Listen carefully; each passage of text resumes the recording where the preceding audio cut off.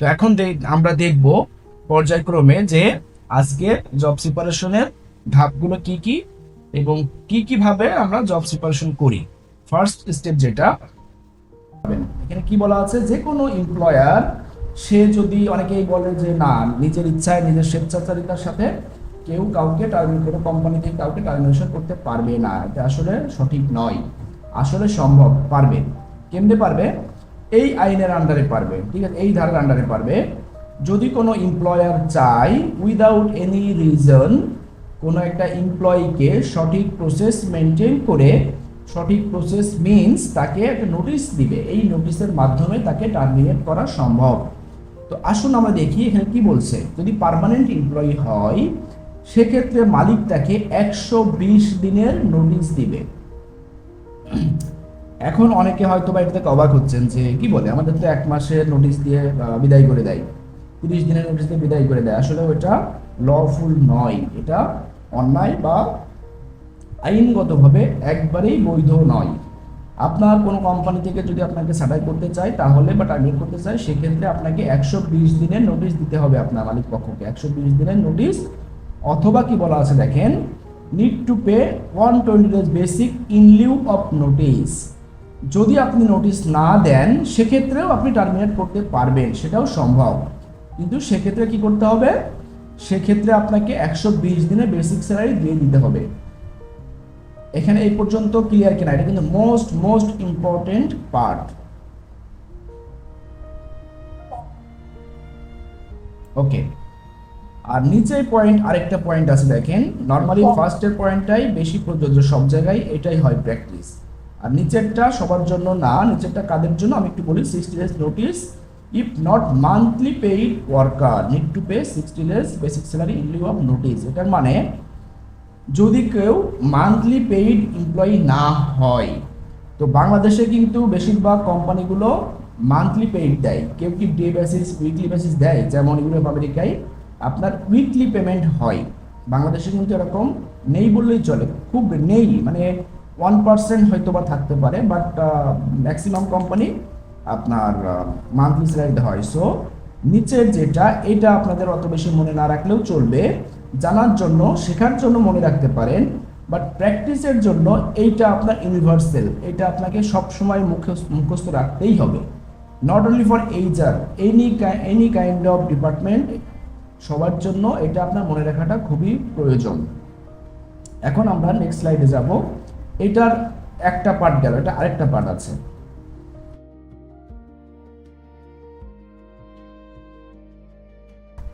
আরেকটা পার্টে আছে 30 দিনের নোটিশ মান্থলি পেইড ওয়ার্কার। আপনারা কনফিউজ হওয়ার কোনো কারণ নাই, আমি বলে দিচ্ছি এটার মানে কি। প্রথমটা ছিল কি, পার্মানেন্ট এমপ্লয়ি, দেখেন ফর পার্মানেন্ট এমপ্লয়ি। সেকেন্ডটা কি, for temporary employees. Temporary employee কাকে বলে আপনারা কি কেউ বলতে পারবেন? আমি কিন্তু ফার্স্ট ক্লাসেই সম্ভবত অথবা ফার্স্ট ক্লাসেই বলেছিলাম এমপ্লয়ি, যে টাইপ অফ এমপ্লয়িজ টোটাল 7টা। টেম্পোরারি এমপ্লয়ি বলতে পারবেন কেউ?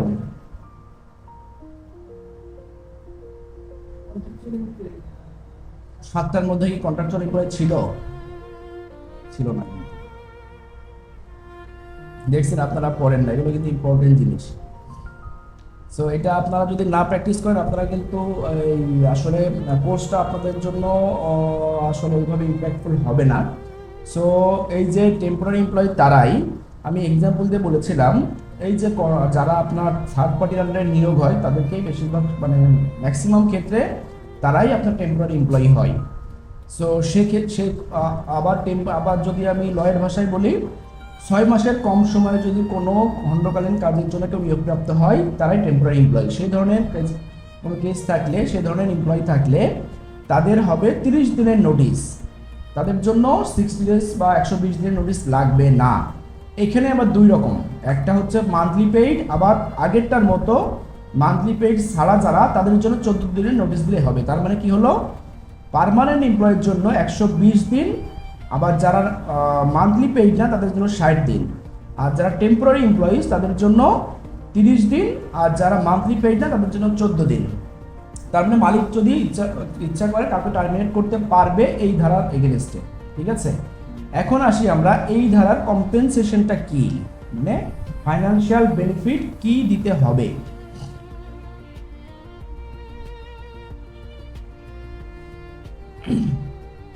আচ্ছা, কম্পেনসেশন ফর সার্ভিস বেনিফিট, এটা আমরা দেখব কি দিতে হচ্ছে। ফর পার্মানেন্ট এমপ্লয়িজ, তার ক্ষেত্রে 30 days basic for every completed year of service or gratuity receiver is higher. এটার মানে হচ্ছে আপনাকে প্রতি বছর কাজ করার জন্য 30 দিনের বেসিক স্যালারি দিতে হবে। 30 দিনের কিন্তু গ্রস স্যালারি না, 30 দিনের বেসিক স্যালারি আপনাকে পেমেন্ট করতে হবে। আর যদি কোম্পানিতে গ্র্যাচুইটি চালু থাকে তাহলে সেক্ষেত্রে আপনাকে গ্র্যাচুইটি দিতে হবে, যেটা বেশি হবে সেটা আপনাকে দিতে হবে। এক্ষেত্রে আপনার 1 ইয়ার কাউন্ট হয়, আপনার 240 দিন হয়ে গেলে 1 ইয়ার হিসেবে কাউন্ট করতে হয়। তার মানে কি দাঁড়ালো, কেউ যদি 5 বছর চাকরি করে 5টা বেসিক তাকে দিতে হবে। এখন দেখেন আদার পেমেন্ট ফর টার্মিনেশন, আর এটা ছাড়া আর কি কি পেমেন্ট টার্মিনেশনের জন্য হতে পারে। যদি তার কোনো ডিউ স্যালারি থাকে সেটা দিতে হবে, কোনো ওভারটাইম ডিউ থাকে সেটা দিতে হবে, সার্ভিস বেনিফিট অর গ্র্যাচুইটি যেটা বললাম বেশি সেটা দিতে হবে, ওয়েলফেয়ার ফান্ড পেমেন্ট যদি কোনো পেন্ডিং থাকে সেটা দিতে হবে, WPPF এর পেমেন্ট যদি থাকে সেটা দিতে হবে, লিভিং ক্যাশমেন্ট দিতে হবে, এনি কাইন্ড অফ অ্যালাউন্স, কোনো অ্যালাউন্স থাকলে সেটা দিতে হবে, আদার্স কোনো অ্যাডজাস্টমেন্ট যদি থাকে সেটাও দিতে হবে। মানে যদি কোনো প্রকার পেমেন্ট পেন্ডিং থাকে সেটাও তাকে দিয়ে দিতে হবে। এবার আসি আর একটা মোস্ট ইম্পর্টেন্ট আপনার জব সিপারেশন পার্ট এ, রেজিগনেশন। এটা বহুল প্রচলিত এবং এটা সবার লাইফেই হয়, কারণ কেউ কিন্তু একটা কোম্পানিতে সারা জীবন চাকরি করে না যারা প্রাইভেট সেক্টরে জব করেন। সো এইটা লাগে না এমন মানুষ নেই বললেই চলে। প্রাইভেট সেক্টরে যারা জব করি আমরা, খুব রেয়ার মানুষ আছে যারা একটা কোম্পানিতে আজীবন চাকরি করে। বেশিরভাগ মানুষই আপনার জব সুইচ করে এবং রিজাইন দিতে হয়। তো সেক্ষেত্রে দেখেন রিজাইনের ক্ষেত্রেও আপনারা খুব ভালোভাবে এটা শিখবেন, এটাও খুব ইম্পর্টেন্ট। রিজাইন দেওয়ার ক্ষেত্রে প্রতিটা পার্মানেন্ট এমপ্লয়ের জন্য 30 দিনের নোটিশ দিতে হয়, 60 দিনের নোটিশ দিতে হয়। আর যদি সে 60 দিনের নোটিশ না দেয় তাহলে কি করতে হবে, 60 দিনের বেসিক পেমেন্ট তাকে ছেড়ে দিতে হবে কোম্পানির কাছে। তো টার্মিনেশন আর রেজিগনেশন এই দুটার মধ্যে কি বুঝলেন কেউ একটু বলেন, কোনটার জন্য কতদিন আপনার নোটিশ দিতে হবে, মালিক কতদিন দিবে আর এমপ্লয় কতদিন দিবে?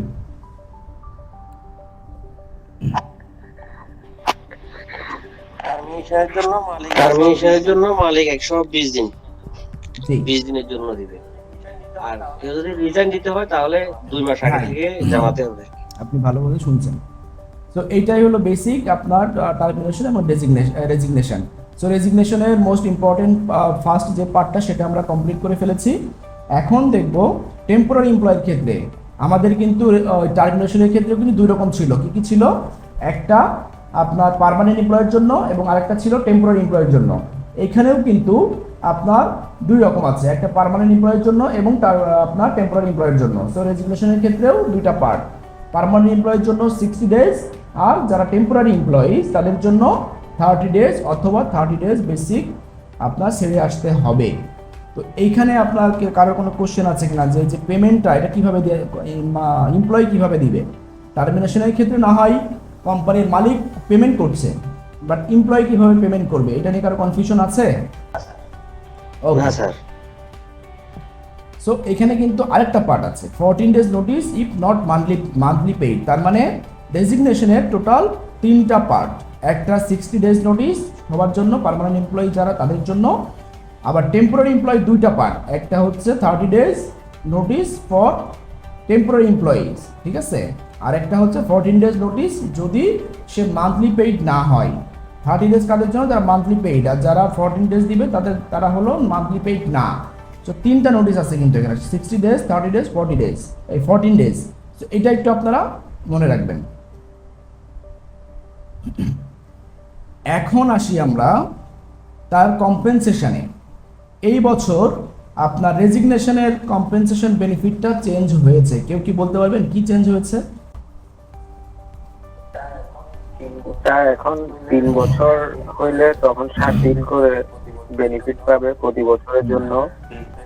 আর 3 থেকে 10 বছরের নিচে হলে 15 দিনের করে বেনিফিট পাবে প্রতি বছরের জন্য, আর 10 বছরের উপরে হলে 30 দিনের বেনিফিট পাবে। এখন দেখি আপনি কতদূর রাইট বলেছেন। এই যে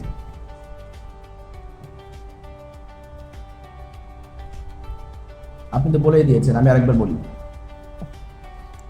যারা রিজাইন দিবেন অনেক ক্ষেত্রে কি বলা হয় বা আগে কি ছিল, আগে ছিল তো আসলে 5 বছর না হলে তো পাইতো না আগের হিসাবে। এখন কিন্তু ডে 1 থেকে পাবেন। ডে 1 থেকে বলতে কোনো এমপ্লয়ি যদি 1 বছরের বেশি চাকরি করে কোনো কোম্পানিতে, সে যদি নিজের ইচ্ছায় চলে যায়, সেক্ষেত্রে এটা ভালোভাবে আপনারা আপনাদের কমিউনিটি থেকে অফিসে সবাইকে শেয়ার করবেন। এটা নর্মালি সবাই মনে করে যদি কেউ নিজের ইচ্ছায় চাকরি ছেড়ে দেয় কোম্পানি তাকে কিছু দিতে বাধ্য নয়। আসলে এটা সঠিক না। সঠিকটা কি? সঠিক হচ্ছে কেউ যদি নিজের থেকেও রিজাইন দেয়, জব ছেড়ে দেয়, তার ক্ষেত্রে যদি 1 থেকে 3 বছর পর্যন্ত হয়, তাহলে প্রতি বছরের জন্য 7 দিনের বেসিক স্যালারি পাবে। এটা একটু কনফিউজিং মনে হতে পারে, যেহেতু এবছর চেঞ্জ হয়েছে এবং ইম্পর্টেন্ট পার্ট আমি একটু ডিটেলস এটাতে ডিসকাশন করব। ফর এক্সাম্পল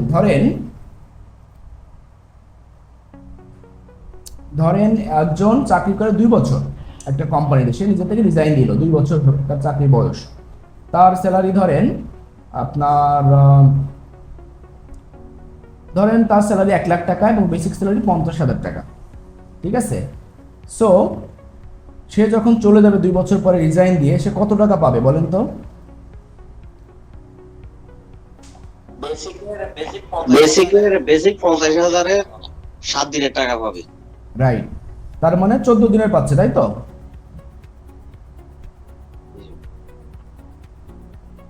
দুই বছর না?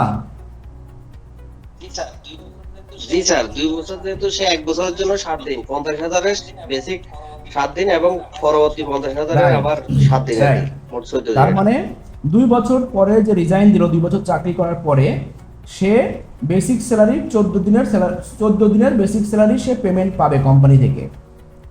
একটা পার্ট চলে গেল। কেউ যদি 3 বছরের বেশি থাকে, 3 বছর থেকে 10 বছর পর্যন্ত, তাহলে কি পাবে? তাহলে সে 15 দিনের বেসিক ওয়েজ পাবে, 15 দিনের বেসিক স্যালারি সে পাবে। ঠিক আছে? ক্লিয়ার এখন সবাই?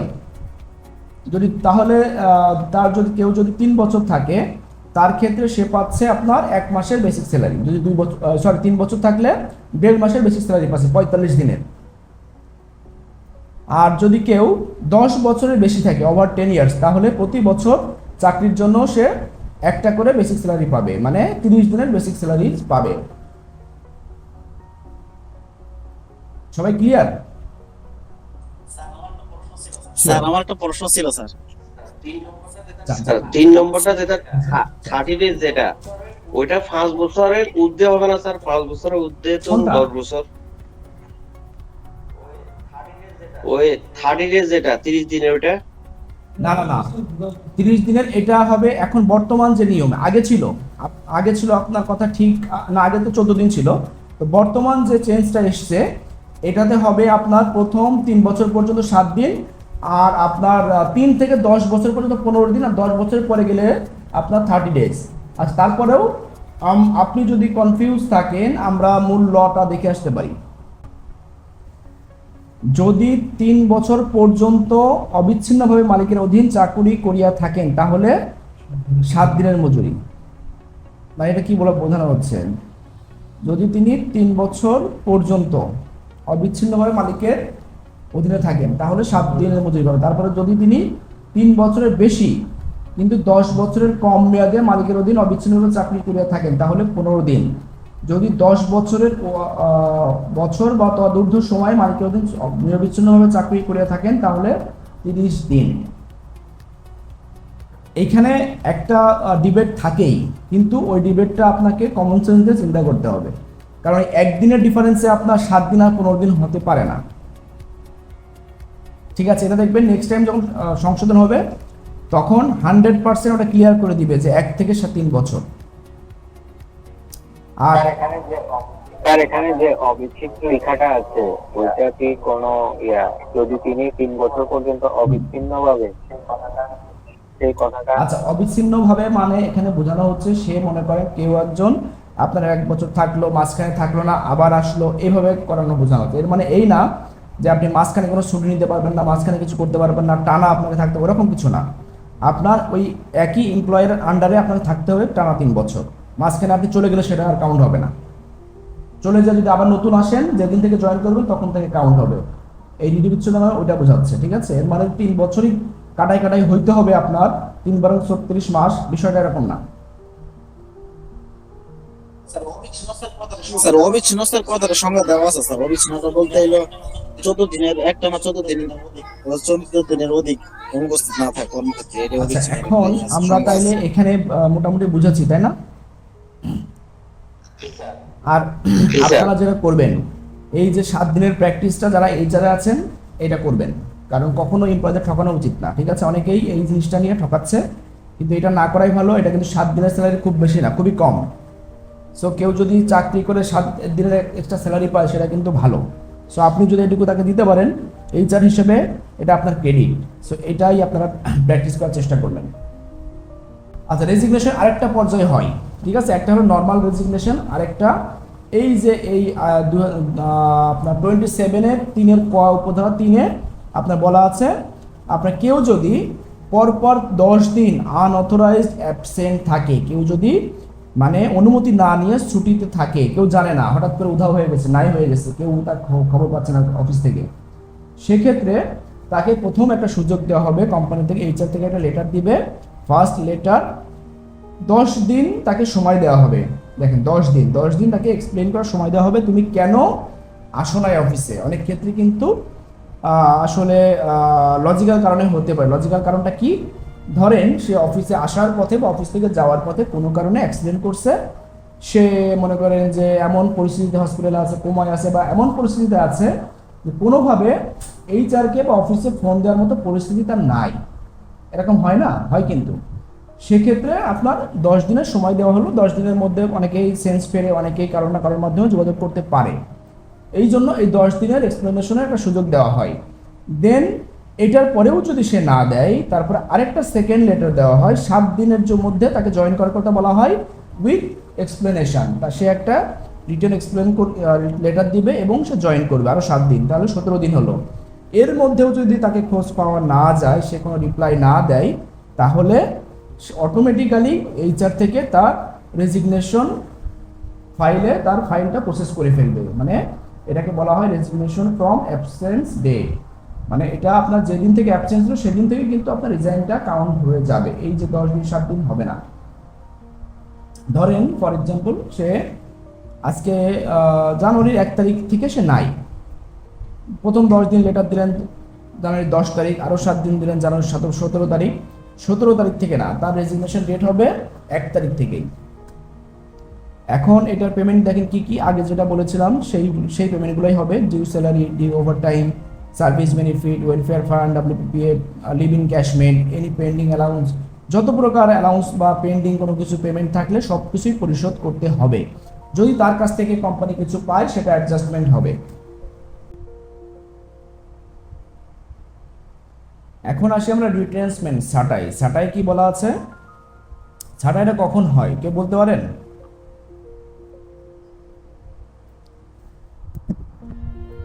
কোম্পানির যদি স্যার কাজ না থাকে, কাজের স্বল্পতার কারণে যদি শ্রমিককে মানে ছাঁটাই করা হয়, আচ্ছা, আংশিক ঠিক আছে। কাঁচামালের আচ্ছা, স্বল্পতার লেবার কারণে অ্যাক্টের আপনার সেকশন 2-11-তে বলা আছে, আপনার যদি কোনো এমপ্লয়ি রিডান্ডেন্সি হয়, মানে রিডান্ডেন্সি মানে কি বলা, কি বোঝেন বলে? রিডান্ডেন্সি মানে একই পজিশনে একই কাজের জন্য 2-3 লোক হয়ে গেছে, কাজ কম কিন্তু লোক বেশি।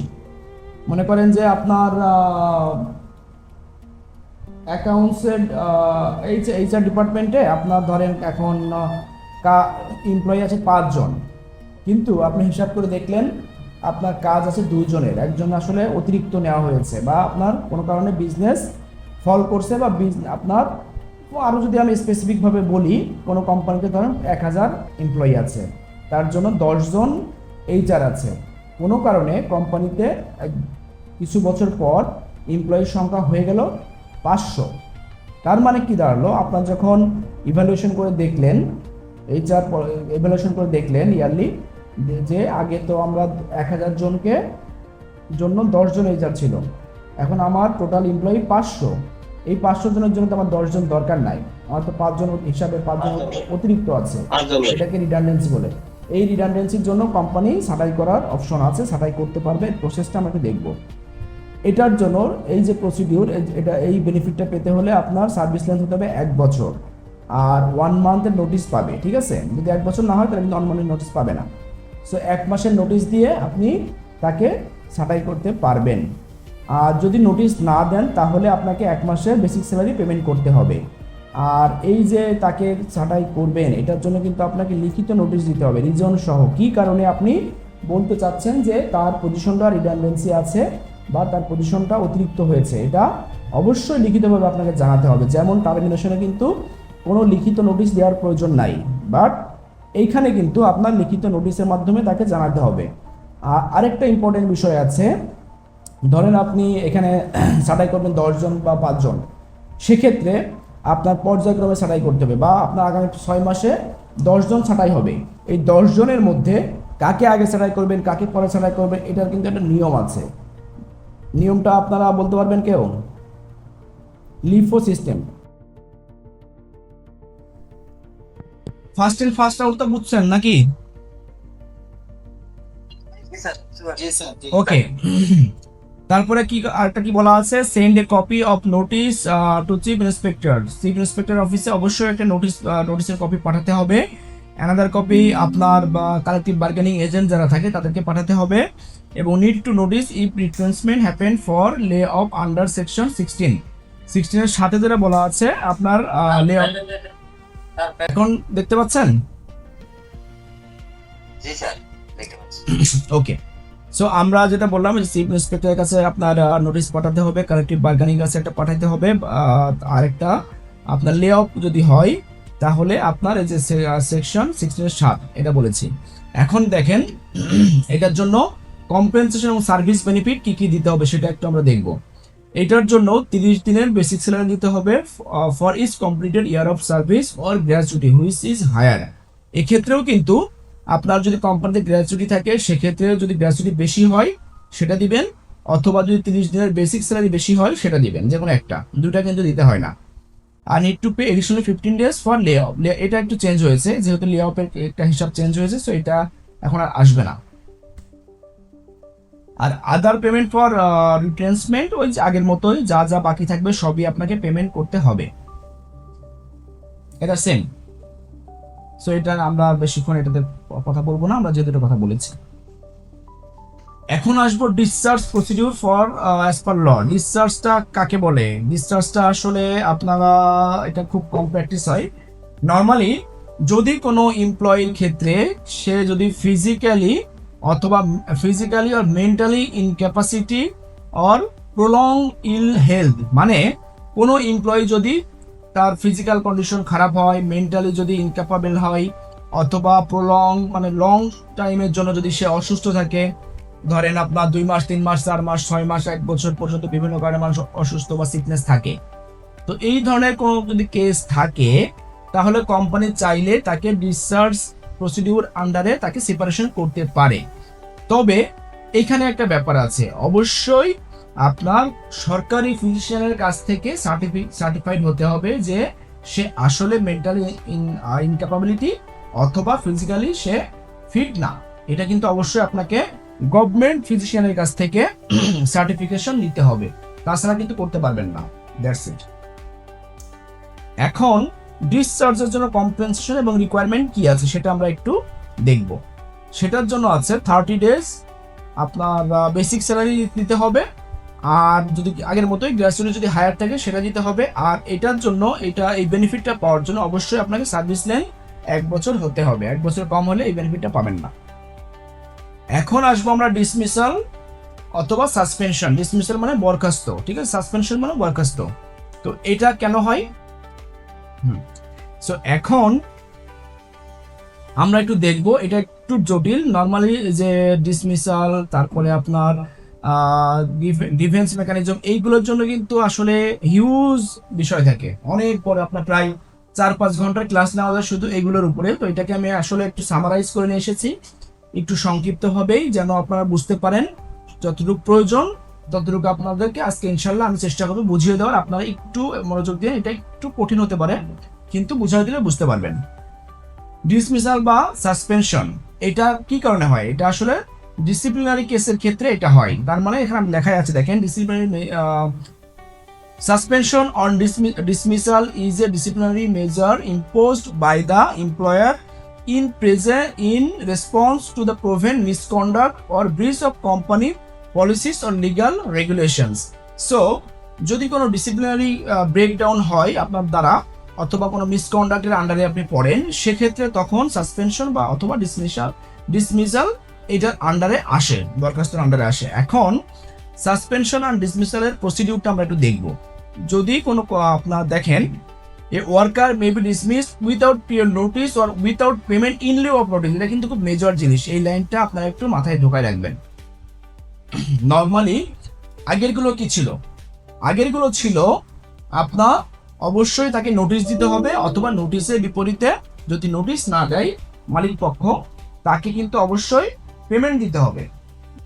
দেন যদি এই যে সাসপেনশন বা ডিসমিসাল ইস্যু থাকে, সেক্ষেত্রে কিন্তু আপনার কোনো নোটিশ দেওয়া লাগবে না, ইনস্ট্যান্ট তাকে টার্মিনেট করা যাবে। সেক্ষেত্রে কেউ যদি আপনার কনভিক্টেড থাকে ক্রিমিনাল অফেন্সের কারণে, যদি কেউ যদি ফৌজদারি অপরাধে দণ্ডিত হয়, তাহলে কিন্তু শুধুমাত্র দণ্ডিত হতে হবে। কেউ যদি কারোর ব্যাপারে কমপ্লেন আনে, কমপ্লেনটা কিন্তু আপনাকে কমপ্লেনের জন্য আপনি তাকে টার্মিনেট বা সাসপেনশন করতে পারবেন না। সে যদি আসলে দোষী সাব্যস্ত হয়, তখন তাকে আপনি ডিসমিসাল বা সাসপেনশন করতে পারবেন। আর আরেকটা কি আছে, যদি মিসকন্ডাক্ট আপনার সেকশন 24 যেগুলো আছে আমরা একটু দেখবো। 24 আন্ডারে যদি সে মিসকন্ডাক্ট গিলটি হয়, মানে প্রমাণিত হয়, সেক্ষেত্রেও আপনি তাকে ডিসমিসাল অথবা সাসপেনশন করতে পারবেন। এখন দেখেন, if A worker is found guilty of misconduct the employer May impose any of the following punishment. যদি সে মিসকন্ডাক্ট প্রমাণিত হয়, তাহলে তাকে সাসপেনশন এবং ডিসমিসাল করা যাবে, অথবা এনি আদার পানিশমেন্ট, এটা ছাড়া আরো অন্য কোনো পানিশমেন্ট তাকে দিতে পারেন। আচ্ছা, আমরা একটু 24 দেখে আসবো, তাই তো? 24 দেখেন কি আছে। এখন এইগুলো কিন্তু সবকিছু মিট করতে হবে, ওই ধারার আন্ডারে আপনার তাকে শাস্তি দিতে হবে। তার বিরুদ্ধে অভিযোগ লিখিত হতে হবে, অভিযোগের একটি কপি তাহাকে দিতে হবে। দেন আপনার শুনানির সুযোগ দিতে হবে, মালিকটাকে দেন তাকে মালিক বা শ্রমিক সংঘ প্রতিনিধি সমন্বয় তদন্ত কমিটি গঠন করতে হবে। এই যে ডিটেলসটা আপনারা একটু পড়ে নেবেন। অনেকগুলো পয়েন্ট তো, সবগুলো পড়তে গেলে সময় লাগবে, আমি দেখাই দিলাম। জাস্ট আপনারা এখান থেকে দেখে নেবেন যে এই বিষয়গুলোর জন্য আমাদের এই ধারার আন্ডারে আপনার ডিসমিসাল বা সাসপেনশন করা যাবে। এখন আমরা দেখব, যদি তাকে সাসপেনশন করতে না চান বা ডিসমিসাল করতে না চান, তার আরো কিছু অল্টারনেটিভ পানিশমেন্ট আছে। তার যদি অপরাধ গুরুতর না হয়, তার অপরাধ যদি কম হয়, সেক্ষেত্রে আরো কিছু করতে পারেন, সেটা হলো রিমুভালও কিন্তু তাকে চাকরি থেকে আসলে আপনার, এটাও জব সিপারেশন, রিমুভালও এটার পরে আসবে। তো রিমুভালটা কি আপনার লঘুদণ্ড যেটা বলে না, লঘুদণ্ড। তার মানে আপনার যদি সাসপেনশন যদি হয়, সেটা কিন্তু এখন বলা আছে, দেখেন কোনো প্রকার নোটিশ বা কিছুই পাবে না, কোনো বেনিফিটই কিন্তু পাবে না। সাসপেনশন বা ডিসমিসাল হয়, উইদাউট এনি নোটিসে তাকে টার্মিনেশন করা যাবে। কিন্তু যদি আপনার রিমুভাল হয়, সেক্ষেত্রে কিছু তার সম্মানজনক ভাবে তার বিদায় হবে। ডিসমিসাল আর সাসপেনশন এটাই পার্থক্য, আদারওয়াইজ তেমন এটাও কিন্তু রিমুভাল হওয়া মানেও তাকে চাকরি থেকে চলে যাওয়া। এটা ছাড়া আর কি হতে, ডিমোশন, তাকে লোয়ার পজিশন দিতে পারে, পে স্কেল আটকে রাখতে পারে, এগুলো করা যায়। স্টপেজ অফ প্রমোশন, 1 বছর বা 2 বছর প্রমোশন আটকে রাখা যায়। হোল্ডিং অফ ইনক্রিমেন্ট, তাকে ইনক্রিমেন্ট থেকে 1 বছর 2 বছর আটকে রাখা যায়। মনিটরি ফাইন, তাকে টাকার মাধ্যমে তাকে ফাইন করা যেতে পারে, যে সে অপরাধ করছে, কোনো একটা ল্যাপটপ ভেঙে ফেলছে, ল্যাপটপ চুরি করছে বা কিছু একটা করছে, এই ধরনের কেস হলে তাকে আপনি টাকা দিয়েও চাকরিতে রাখতে পারেন, যে না এই এমপ্লয়ি আমার প্রয়োজন, খুব ইম্পর্টেন্ট, তাকে আমি একটা ফাইন করলাম, 1 লাখ টাকা 2 লাখ টাকা ফাইন করে তাকে আমি টার্মিনেশন না করে, জব সিপারেশন না করে আমাদেরকে রেখে দিলাম। তারপরে সাসপেনশন উইথাউট ওয়েজ, যেমন তাকে আপনি সাসপেন্ড করে রাখতে পারেন 7 দিনের জন্য without any benefit, without wage. তারপরে আপনার তাকে শোকজ লেটার দিতে পারেন, ওয়ার্নিং লেটার দিতে পারেন, এগুলো ছোট শাস্তি।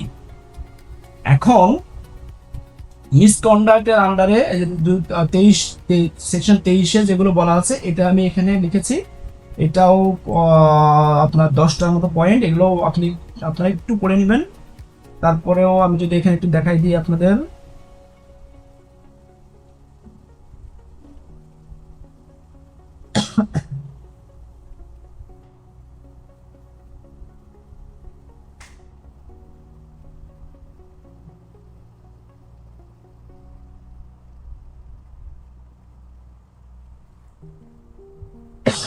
এই যে, নিম্নলিখিত কাজের জন্য অসাধারণ বলে গণ্য হইবে। এই কাজগুলো যদি করে কেউ তাহলে সে এই যে আপনার মিসকন্ডাক্টের আন্ডারে পড়বে।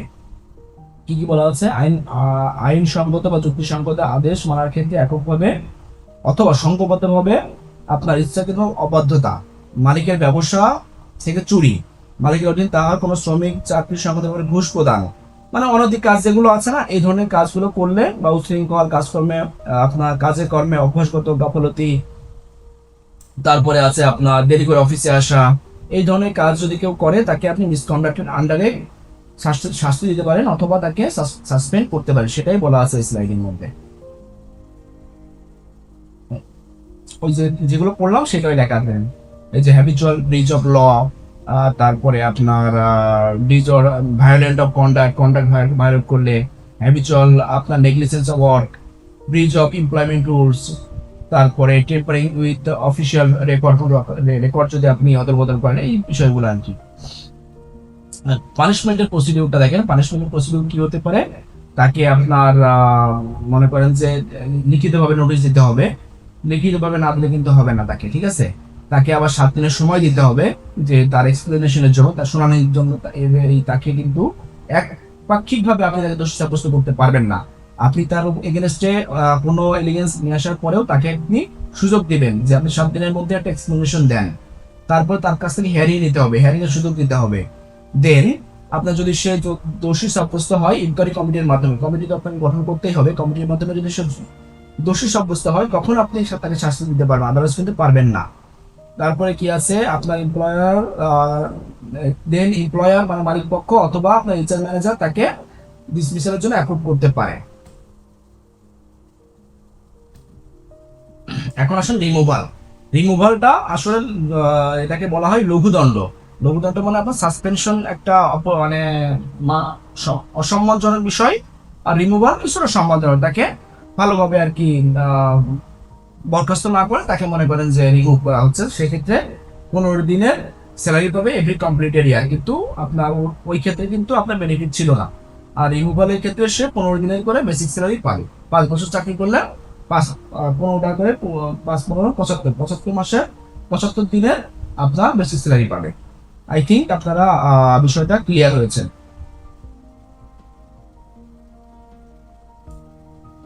এই 7টা আমাদের মেইন ডিসকাশন পয়েন্ট ছিল টোটাল সেপারেশন, জব সেপারেশন পলিসির জন্য। কারোর কোনো কোশ্চেন আছে কিনা? না স্যার। না স্যার।